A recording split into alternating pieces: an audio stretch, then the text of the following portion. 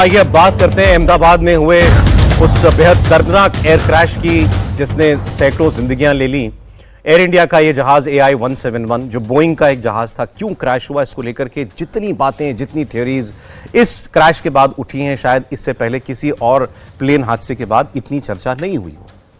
क्या इसमें पायलट की कोई गलती थी, कोई ह्यूमन एरर हो गया, किसने कहा दोनों इंजन फेल हो गए, कोई फ्लैप्स की बात करता है, कोई नीचे उसका जो लैंडिंग गियर है वो क्यों अंदर नहीं गया है, ये सारी चीज़ें डिस्कस हो रही हैं। और ये क्यों ऐसा हुआ, इसकी बातें हो रही हैं क्योंकि एविएशन को जानने वाले, जहाज़ उड़ाने वाले एक्सपर्ट्स जो हैं वो कहते हैं कि ये सब बड़ी बेसिक चीज़ें हैं जो इस जहाज़ की वीडियो में हमें दिखाई नहीं देती, जो की जानी चाहिए थी, या जहाज़ जो अपने आप करता है। फिर ऐसा क्यों? ये डबल जब बात कहते हैं कि दोनों इंजन फेल हो गए, ये भी बहुत से एक्सपर्ट्स के गले नहीं उतरता कि ये जहाज जो बनते हैं वो एक इंजन के ऊपर अपना सारा काम करने के काबिल होते हैं, दूसरा इंजन जो है वो एक किस्म का फेल सेफ होता है। तो दोनों इंजन एक साथ किसी वजह से काम करना बंद कर दें, ये मुमकिन नहीं लगता उनको। 1 in a billion चांस कहा किसी ने। कोई इंजन बंद होते हैं जब कोई बर्ड हिट हो जाती है, वो ऐसा वीडियो में दिखाई देता नहीं। फिर आखिर ऐसा उस रोज क्या हुआ? इतने अनुभवी पायलट, दोनों पायलट्स के पास बहुत अच्छा एक्सपीरियंस था, वो इस जहाज को काफी अरसे से उड़ा रहे थे, तो वो कोई ऐसी बेसिक भूल चूक कर देंगे, इसकी गुंजाइश भी दिखाई नहीं देती। और तो केवल टेक ऑफ फेज था, ये भी नहीं कि बहुत लंबे दूरी की जो है वो हो चुकी, उड़ान हो चुकी और उसमें कोई गलती कर जाए, थकान में कोई गलती कर जाए। तो ये सारी बातें गले किसी के नहीं उतर रही हैं। लेकिन अब एक नई चीज का जिक्र हुआ, वो हम लोग आज आपके सामने डिस्कस करेंगे। पहली बात तो केंद्र सरकार की जो उच्च स्तरीय जांच कमेटी है जो उसने गठित की थी, उसकी आज पहली बैठक होने जा रही है। केंद्रीय गृह सचिव गोविंद मोहन की अध्यक्षता में यह बैठक दिल्ली में होगी। इस दौरान मानवीय चूक समेत हादसे की सभी पहलुओं पर चर्चा होगी। इस कमेटी को 3 महीने में अपनी रिपोर्ट सौंपने को कहा गया है। AAIB ने इस हादसे की जांच पहले ही शुरू कर दी है और AAIB हादसे की तकनीकी पहलुओं पर जांच करेगी। और ये आप कह सकते हैं कि उससे ज्यादा एक बड़े स्कोप की एक और मैंडेट की एक कमेटी बनाई गई है जो जांच में जो बातें सामने आएंगी उसके बाद कुछ बड़े फैसले भी ले पाने में कैपेबल होगी। अब जो मैं आपसे बात कर रहा था, इस वीडियो में ऐसा दिखा क्या? अहमदाबाद प्लेन क्रैश को लेकर जो वीडियो सामने आया है उसके बाद चर्चा हो रही है एक रैट सिस्टम की, RAT। कुछ एविएशन एक्सपर्ट्स ने रैट के बारे में बात की है। इस वीडियो को देख करके जो शायद पहले नजर नहीं आया, बाद में भी एक्सपर्ट्स का ध्यान भी बाद में गया, इस ड्रीमलाइनर 787 जहाज में रैट डिप्लॉय किया गया था। अब आप इस तस्वीर को देखिएगा गौर से जरा। नीचे आपको जहाज की बेली जिसको कहते हैं, उसके नीचे से आपको एक कुछ चीज बाहर निकली हुई जो है वो दिखाई देगी। यही है रैट, यानी रैम एयर टरबाइन, जो इसके दोनों विंग्स के नीचे के बीच में होती है, दोनों पहियों के बीच में, प्लेन के पेट के नीचे ये रैट सिस्टम लगा होता है। आमतौर पर ये जो इक्विपमेंट है ये जहाज के अंदर होता है। पायलट इसको तभी डिप्लॉय करता है या इसको ऑपरेशनल तभी करता है जब उसके पास कोई दूसरा उपाय या विकल्प ना हो, जब उसका इंजन बंद हो जाए, पावर ना आ रही हो जहाज के अंदर, जैसा इस जहाज के साथ हुआ। उस इमरजेंसी सिचुएशन में ही ये रैम एयर टरबाइन ये डिप्लॉय की जाती है, इससे कुछ पावर जहाज को मिल सकती है। रैट की चर्चा इसलिए भी हो रही है क्योंकि अहमदाबाद प्लेन क्रैश में अकेले जिंदा बचे रमेश विश्वास कुमार ने भी कुछ ऐसी बात बताई थी जो इस ओर इशारा करती है। जब ये रैट डिप्लॉय किया जाता है तो उस वक्त कैसी परिस्थितियां होती हैं, रमेश के बयान से वो कुछ बातें मेल खाती हैं। उन्होंने कहा था कि जहाज जब नीचे गिरा उससे पहले प्लेन के अंदर ग्रीन और व्हाइट लाइट्स जलनी शुरू हो गई थी और इसे भी एक्सपर्ट्स कह रहे हैं कि ये एक किस्म की रैट डिप्लॉयमेंट से पहले की स्टेज है, एक इमरजेंसी सिचुएशन है। और जब पावर नहीं मिल रही जहाज को ऊपर ले जाने के लिए पायलट को, उस इमरजेंसी में उसने इस रैट का इस्तेमाल किया। अब मैं आपको वो जो ये तो एक प्रतीकात्मक वीडियो था आपको दिखाने के लिए रैट सिस्टम होता क्या है। अब आपकी स्क्रीन पर वो ओरिजिनल वीडियो आएंगे उस जहाज के, 2 वीडियोज हैं, वो वीडियोज आप स्क्रीन पर ले लीजिए और हमें AVM साहब बताएं क्या ये रैट सिस्टम डिप्लॉयड इस तस्वीर में देखकर बताया जा सकता है क्या, और अगर हां तो क्या कोई हमें इशारा मिलता है इंजन फेलियर की होने का? सौरभ, 2 बातें चल रही हैं कि इस वीडियो को देख करके अगर आप बार बार भी चलाएं, मैं इसको पूरी तरह से नहीं कह सकता हूं कि रैट दिख रहा है कि नोज का थोड़ा शैडो दिख रहा है। Okay. इसलिए, लेकिन ये बताया गया है कि एक और क्लियरर वीडियो है जिसमें रैट डिप्लॉयमेंट और साउंड के साथ है वो, तो पता चल रहा है कि इसमें प्रोपेलर की साउंड आती है कि रैट डिप्लॉयड हुआ। अब मैं आपको बताता हूँ, रैट पायलट डिप्लॉय नहीं करता है। अच्छा। रैट ऑटोमेटिकली डिप्लॉय होता है अगर दोनों इंजन्स फेल कर जाएं, क्योंकि इसका मतलब total electrical failure, total hydraulic failure हो गया है जहाज में। तो rat is a stand by facility. Total में क्या होता है, इसमें 6 जनरेटर्स होते हैं सौरभ, 1-2 नहीं 6 जनरेटर्स होते हैं। इस जहाज में रिडंडेंसी बहुत ज्यादा है and this is the last bit of effort. It does not give any thrust, इसका थ्रस्ट से कोई मतलब नहीं है।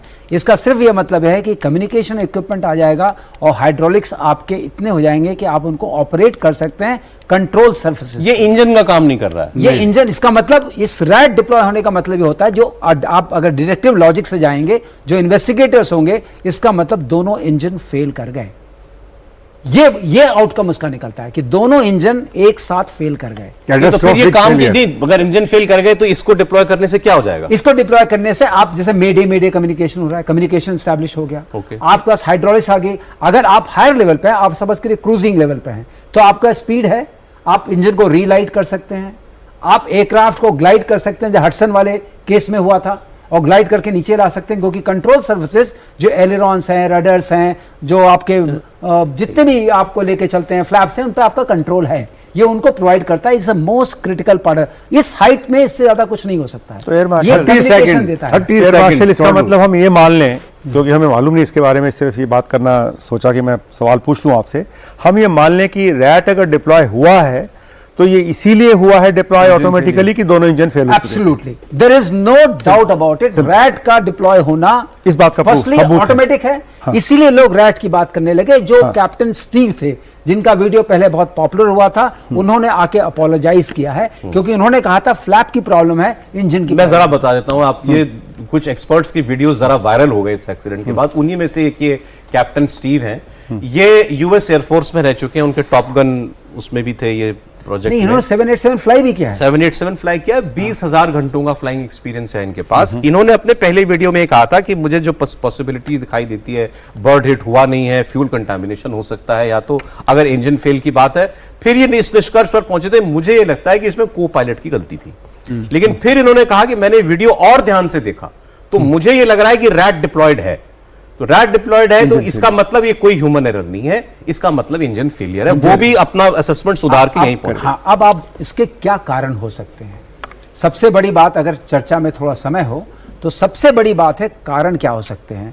अगर आप बोइंग का देखिए, बोइंग के बारे में क्वालिटी इश्यूज को लेकर बहुत सारी बातें आते रही, और ये एयरक्राफ्ट जो है 787 प्रीडोमिनेंटली सॉफ्टवेयर कंट्रोल्ड है, लेकिन इसमें रिडंडेंसीज बहुत ज्यादा हैं।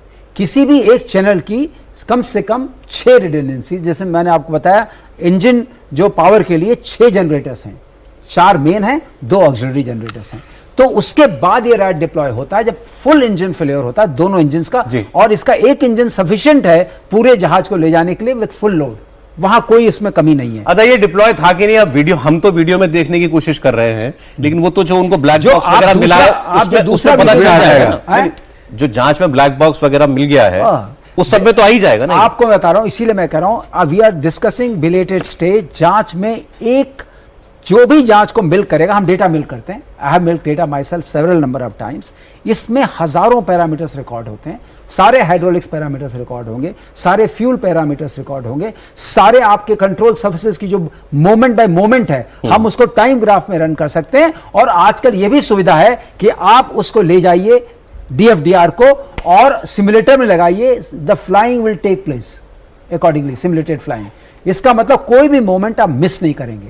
और जो मोमेंट हमारे इस घटना चक्र में आते हैं, एक आता है V1 जो आपने बहुत सुना है, इसलिए मैं दोबारा बताना नहीं चाहूंगा, जिस पर आप जो स्पीड पर पहुंचते हैं वो स्पीड आपको 30-40 सेकंड के रोल के बाद मिल जाती है। उसके बाद आता है VR रोटेशन, उसको रोटेशन बोलते हैं, बिकॉज CG के अराउंड आप रोटेट करते हैं जहाज को, आप पिच करते हैं। आपने जहाज को पिच किया, जहाज जाना शुरू किया। अब जहाज जब ऊपर जाता है, अब यहां फ्लैप वाली जो कंट्रोवर्सी आती थी, उसमें उन्होंने कहा पायलट, एक उसमें होता पायलट फ्लाइंग, एक होता पायलट मॉनिटरिंग या पायलट नॉन फ्लाइंग, उसके 2 शब्द इस्तेमाल होते हैं। तो जो पायलट फ्लाइंग है वो बाहर देख रहा होता है, पायलट मॉनिटरिंग इंस्ट्रूमेंट्स वगैरह को मॉनिटर कर रहा होता है। तो ये वाला एक्शन ये बोलता है, देन हिल से गियर अप, वो हमने गेयर अप चर्चा किया, की। ये बात चर्चा हो चुकी है। क्योंकि इसमें वो जो कंटिन्यू- लैंडिंग गियर है वो अंदर नहीं हाँ, हुआ, अब तो नहीं हुआ अब वो। सवाल है कि दोनों इंजन फेल किए, उसका क्या है? सिंगल पॉइंट कंट्रोल सॉफ्टवेयर का है, इसका एक डायरेक्शन बोइंग का आया था, उसके बेसिस पर फेडरल अथॉरिटी ऑफ एविएशन जो यूएसए की है उसने भी ठीक इशू है। किया था। आपके बाद यहाँ अगर किसी ने जहाज उड़ाया है तो वो जनरल साहब हैं। सर अब जांच शुरू हो चुकी है, सारे टेक्निकल पहलू जो हैं वो देखे जा रहे होंगे। अब एक ये नई बात आई है, हमारे यहाँ बहुत से लोग बह गए थे कुछ विदेशी लोगों के असेसमेंट में कि यार पायलट से तो कोई गलती नहीं होगी, जो बहुत अनफेयर है कि आप वो है नहीं अपने बचाव करने के लिए और आप उनके ऊपर कोई बात कह दें। लेकिन अच्छी बात है कि उन्हीं में से जो ये कैप्टन स्टीव नाम से जो कोई हैं, इन्होंने अपना सुधार किया है और अब ये कह रहे हैं कि मुझे, पहले ये कहते थे मुझे मेरे हिसाब से इंजन फेल नहीं हो सकता, अब ये भी आ गए हैं कि नहीं, ये इंजन फेल की कहानी लगती है। बिल्कुल, देखिए ऐसा जो भी हादसा इस जहाज के साथ हुआ है उसको हम कैटास्ट्रोफिक फेलियर, मतलब इस प्रकार का फेलियर हुआ है कि उन पायलट्स के पास में कोई विकल्प बचा ही नहीं था। अभी आप देखिए take off to the crash कितने सेकंड का समय था? जस्ट अबाउट 1 मिनट में तो सब कुछ हो गया।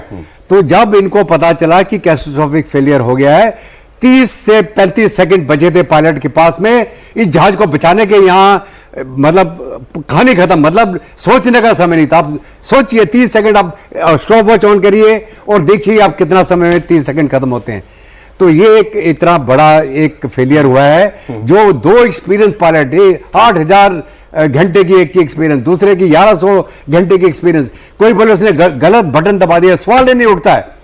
मैं छोटे जहाज उड़ा चुका हूँ as a hobby, as a part of special forces.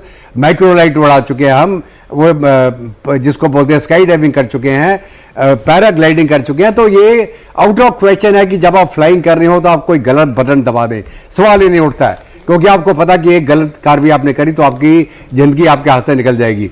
तो ये जो मेरा मानना ये है कि ये किस प्रकार की घटना है जो उन पायलट्स के बियॉन्ड कंट्रोल, बियॉन्ड समथिंग, इस प्रकार की घटना घटी है कि जो कोई भी उसको बचा नहीं सकता था। तो आगे तो अभी इन्वेस्टिगेशन में पता चलेगा, जब इसका डीवीआर या इसका ब्लैक बॉक्स के अंदर एनालाइज किया जाएगा इसको, तो अपने आप निकल के आ जाएगी सच्चाई, अगर उसको कोई टेम्पर ना करे। सर इसमें खास बात यह है कि अगर ऑपरेशनल मिस्टेक नहीं है, जो इस केस में हमने कहा पायलट एरर नहीं है, then it is in the domain of aeronautics, तब उसको फ्लाइंग करने वाले से कोई मतलब नहीं है। जिसको इंजीनियरिंग जहाज के पता है वही इसके बारे में अब बता सकता है। तो इंजीनियरिंग क्या है, दोनों इंजन्स के बारे में जानना पड़ेगा। अब चूंकि अब इक्विपमेंट के ऊपर बात आई है, तो इक्विपमेंट कैसे फेल कर सकता है? मिसमैच ऑफ फ्यूल भी इक्विपमेंट को फेल कर देता है।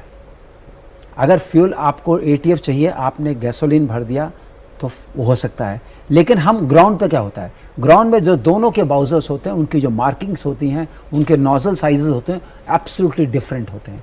और आपको बता दें, since I have been on the airfield for whole of our lifes, we have seen ऐसा कोई प्रोटोकॉल नहीं है जिसका आप वायलेशन कर सकते हैं, बिकॉज फ्लाइंग में सबसे बड़ी बात हुई है आप फेल सेफ बनाते हैं, फेल करें फिर भी सेफ रहे।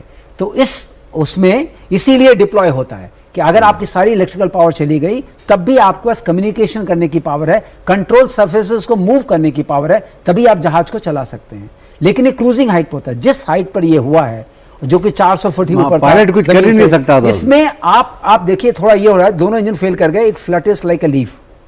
ये भी अगर आप गौर से देखिएगा, वो जो लोग एक्सपीरियंस वही देखते हैं, it fluttered like a leaf. Flutter किया है उस वक्त एयरक्राफ्ट में, जब फ्लटर करता है that means aircraft has no control. अगर मैं आपसे पूछूं इस वक्त आपका निष्कर्ष के तौर पर झुकाव किस ओर है? मैं नहीं कह रहा कि फाइनल क्या, मैं देखिए मगर निष्कर्ष के जितने होते हैं टेबल पे, हम लोग इसको जहां से पहला लेकर के सिंगल पॉइंट फेल्योर को हम ढूंढने की कोशिश करते हैं। तो सिंगल पॉइंट फेल्योर में आता है सॉफ्टवेयर, उसके ऊपर डायरेक्शंस भी इशूड हैं। तो सॉफ्टवेयर में ऐसा क्या हुआ कि ये फेल्योर हुआ? All electrical, that means whole of the electrical failure has taken place. But इस हाइट में अगर आप इसको सिमुलेट करेंगे, क्या दोनों इंजन इमीडिएटली फेल कर जाएंगे? नॉर्मली जो इंजन रन डाउन करते हैं, दोनों का रन डाउन टाइम हम हर बार नोट करते हैं एरोनॉटिक्स में। जब आप नोट करें, एक थोड़ा पावर रहेगा, दूसरे का एकदम नहीं रहेगा। यहाँ दोनों इंजन एकदम बंद हो। मैं आपसे दो बेसिक सवाल पूछिए, एक सवाल ये है, हाँ अच्छा रहेगा ताकि जो ऑडियंस है वो समझ पाएंगे इस बात को। एक तो ये कि जो ये अभी कल एक लड़के को पकड़ा था पुलिस ने, जिस जो वीडियो बना रहा था बिल्कुल नीचे से उसने जो रिकॉर्ड किया, क्या ये संभव है कि अगर दोनों इंजन फेल थे और रैट डिप्लॉय हुआ है तो उसकी फोटो शायद उसमें आ सकती है? क्या संभव है ये लोग कह रहे हैं, अब कि डिपेंड है करता है किस उसमें? एंगल से उसने ओके, पकड़ा ओके। है। एक सवाल ये था कि संभव है कि नहीं, शायद संभव है। दूसरा ये संभव कि- नहीं, मैं आपकी बात से इसलिए नहीं कह पा रहा हाँ, हूँ हाँ। कि अगर ये मेरा एयरक्राफ्ट ऐसे जा रहा है हाँ, और वीडियो तो आप ऐसे बना रहे हैं पता ही ना लगे तो शायद। नोज की जो शैडो आएगी इट में लुक लाइक रेड। ओके। लेकिन एक वीडियो आया है जिसमें उसने दिखाया है कि बहुत आवाज के साथ है, वो मुझे पता नहीं इस लड़के ने सर, मैं बनाया वही है। आपसे कह रहा था, ये वीडियो में तो हमारे लिए हो सकता है कि महत्व है इसका कि आया कि दिख रहा है कि नहीं दिख रहा। जो जांच करता है नहीं उनको नहीं, तो फ्लाइट डेटा रिकॉर्डर मिल गया होगा। दूसरा ये वो जो DFDR है उसमें हाँ, तो सब एब्सोल्युटली कुछ होगा क्लियर। उसमें। दूसरा ये कि अगर ये पायलट एरर नहीं है, ह्यूमन एरर नहीं है, तो जो सिस्टम्स ऑन बोर्ड होते हैं जैसे कि वॉइस डेटा रिकॉर्डर है, और जैसे flight कि management system आपका है। फ्लाइट मैनेजमेंट सिस्टम है, और there is a जैसे full कि आपका authority, ब्लैक बॉक्स digital है, engine control भी है। हाँ। तो क्या ये उस हालत में जबकि पायलट एरर इसमें रूल आउट की जा रही है, पायलट की कोई मिस्टेक इसमें नहीं है, ह्यूमन एरर नहीं है, तो क्या ये संभव है कि जो भी इन्वेस्टिगेशन की जाएगी, जो technical data on board retrieve हो जाती है, जिसको कि अच्छे से एनालाइज किया जाएगा, तो क्या ये संभव है उसमें जो है बिल्कुल पिन पॉइंट एक्यूरेसी से ये चीज आ जाएगी? आपने बहुत अच्छा एरर है सवाल- क्या? नहीं, बहुत अच्छा सवाल बताया। DFDR और CVR के डेटा को कोलैट करके there will be no doubt in any aircraft accident of this nature कि आपका हुआ क्या।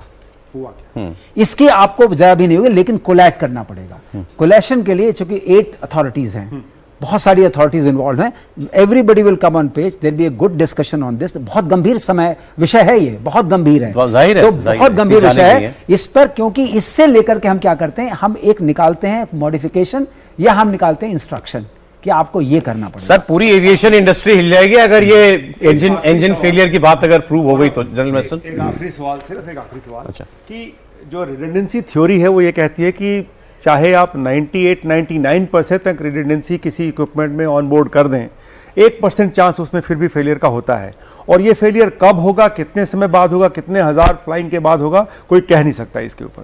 तो क्या हम ये भी मान के चलें कि इसके बावजूद कि ड्रीमलाइनर का शायद इस तरह का ये पहला एक्सीडेंट है और रिडंडेंसी बहुत सारी इसमें बिल्ट की गई हैं, खासकर जो सॉफ्टवेयर बेस्ड रिडंडेंसीज हैं, तो ये मान के चलें कि जो रिडंडेंसी थ्योरी ये कहती है कि 98-99% तक भी रिडंडेंसी अगर आप बिल्ट कर दें सिस्टम में, फिर भी वो 1 या 2% चांस रह जाता है। For the sake of audience बताना चाहूंगा कि रिडेंसी जो आप जो परसेंटेजेस बता रहे हैं उनसे बहुत ज्यादा होती है। इस रिडेंडेंसी की जो फ्लाइंग में हम बात करते हैं, चूंकि पैसेंजर एयरक्राफ्ट है, इसमें 99.9999 रिकरिंग हम रखते हैं। अच्छा, it is not 95%, 96%, 97%, because mathematically it is established. जब तक वो नहीं होगा तो 1 in billion कहां आएगा? मेरे पास close to 100% fail safe systems है। एक फेल हो गया तो अब See, कुछ ना कुछ वो और काम। 99 सर, समय कम रह गया, मैं एक बार जरा जनरल साहब को कमेंट इसमें ले लूं। आपके लिए सबसे ज्यादा बैफलिंग, ना समझ में आने वाली बात इस सारे एपिसोड की क्या है?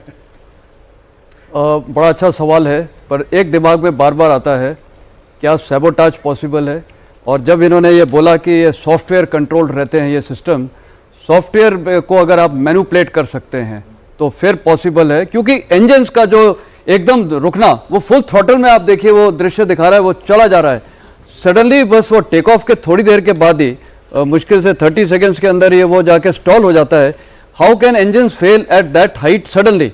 तो पॉसिबल है कि उसको टेक ऑफ करा दिया और वो कुछ सॉफ्टवेयर को ऐसा कर दिया है कि after some time. Give me 30 seconds। ये आप बताइए।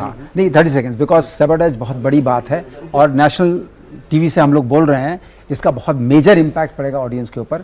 सैबोटेज की पॉसिबिलिटी भी चेकआउट की जाएगी, और जहां तक सॉफ्टवेयर सिंगल कंट्रोल्ड है, कोई बाहर से, जब हमेशा बात उठती है कोई इंटरफेयर कर सकता है, तो उसमें एक आश्वस्त करना चाहता हूं कि जितने भी हमारे LRUs हैं जो इस तरह सॉफ्टवेयर होते हैं, पहली बात तो इंटरनेट में होते, दूसरी बात तो फैराडे केज में होते हैं, उससे बाहर से कोई भी सिग्नल वहां तक नहीं पहुंच सकता है। केबल्स भी सारी फैराडे केज में होती हैं, दे आर ऑल शील्डेड।